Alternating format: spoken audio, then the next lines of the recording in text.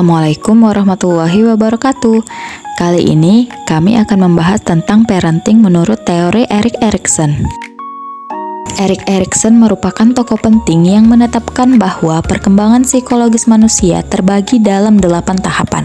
Setiap tahapan ditandai oleh konflik atau krisis psikososial yang wajib diselesaikan agar individu dapat mencapai perkembangan yang optimal.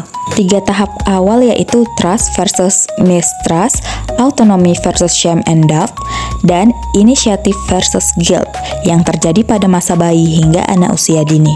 Adapun tahap-tahap perkembangan psikososial, pertama, percaya versus tidak percaya, yang dimulai sejak usia 0 sampai 1 tahun. Kebutuhan dasar bayi seperti rasa aman, kasih sayang, dan perhatian sangat menentukan perkembangan rasa percaya atau curiga terhadap lingkungannya. Erikson menekankan bahwa ikatan emosional yang terbentuk melalui pola asuh orang tua sangat penting dalam membentuk kepribadian anak pada tahap selanjutnya. 2. Otonomi versus rasa malu dan ragu yang dimulai sejak usia 1 sampai 3 tahun. Pada tahap ini, anak mengembangkan kemampuan motorik, bahasa, dan kepercayaan diri. Erikson menyebut tahap ini autonomy versus shame and doubt, di mana anak belajar aku bisa versus aku gagal. Keberhasilan membangun kemandirian, menumbuhkan percaya diri, sedangkan kegagalan menimbulkan malu dan ragu-ragu. 3. Inisiatif versus rasa bersalah yang dimulai sejak usia 3 sampai 6 tahun. Pada tahap ini, anak menunjukkan rasa ingin tahu yang besar dan energi tinggi untuk bereksplorasi, mencoba hal baru, dan berinisiatif. Jika inisiatifnya didukung positif, ia akan kembangkan keberanian dan percaya diri.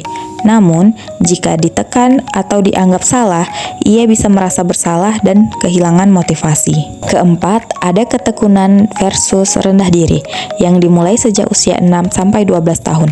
Pada tahap ini, anak telah memiliki kemampuan bahasa yang baik, memahami konsep ruang, waktu, dan sebab akibat. Mereka lebih peka terhadap ganjaran dan akan menjadi lebih tekun dalam pelajaran. Namun, jika keinginan mereka dihalangi, mereka bisa merasa kecewa dan memiliki perasaan rendah diri. Hal ini sesuai dengan Quran Surat An-Najm ayat 39 yang artinya, dan bahwasannya seorang manusia tiada memperoleh selain apa yang telah diusahakannya. Ayat ini menjadi landasan penghargaan terhadap proses dan usaha atau ijtihad, mengajarkan anak bahwa hasil didapatkan dari kerja keras, bukan sekadar bakat.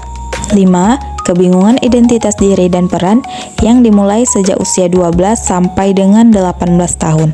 Pada tahap ini, individu mencoba membentuk identitas dan persepsi diri. Mereka berusaha mendapatkan kestabilan diri dalam masyarakat. Jika gagal, mereka bisa meragukan perannya dalam masyarakat. 6.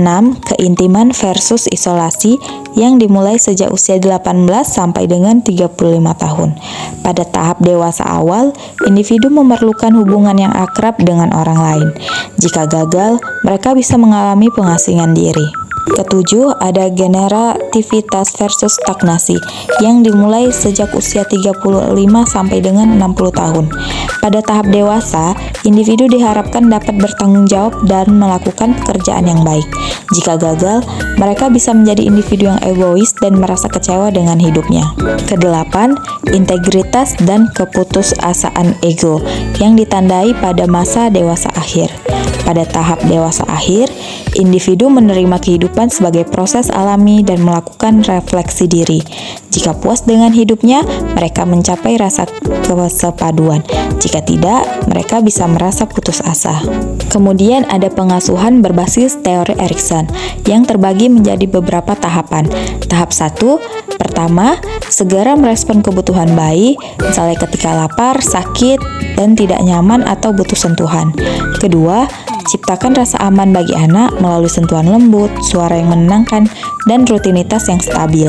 Tahap 2, pertama, berikan pilihan terbatas, misalnya warna merah atau biru, mau makan apel atau jeruk. Kedua, dukung anak melakukan sesuatu sendiri dan sabar menunggu anak menyelesaikan kegiatan tersebut, seperti memakai sepatu sendiri, makan, dan lain-lain. Tahap 3, pertama, dukung imajinasi dan eksplorasi anak melalui bermain peran serta jelajahi pertanyaan mengapa dan bagaimana pada mereka. Kedua, hargai inisiatif anak ketika mereka mencoba membantu pekerjaan rumah. Tahap 4, Pertama, memberi pujian pada ketekunan dan kerja keras mereka. Kedua, mendukung partisipasi mereka dalam hobi, olahraga, dan penguasaan skill. Tahap 5. Pertama, berikan ruang kepada remaja untuk bereksperimen dengan gaya atau minat mereka. Kedua, dengarkan pendapat dan perasaan remaja tanpa langsung menghakimi atau mengkritik. Tahap 6. Pertama, membangun kemitraan yang stabil guna menciptakan fondasi keluarga yang aman dan sehat. Kedua, mempelajari dan menerapkan parenting yang harmonis.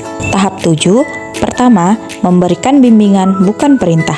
Kedua, mengajarkan nilai-nilai penting, tradisi, dan keterampilan hidup. Tahap 8, berbagi pengalaman hidup, baik kesuksesan maupun kegagalan, untuk memberikan perspektif kepada anak cucu. Kesimpulan dari pemaparan materi sebelumnya adalah bahwa pengasuhan yang efektif menurut Erikson adalah tentang adaptasi.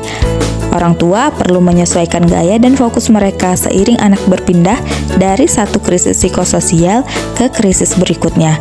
Secara proaktif, memastikan bahwa hasil positif selalu lebih dominan daripada hasil negatif.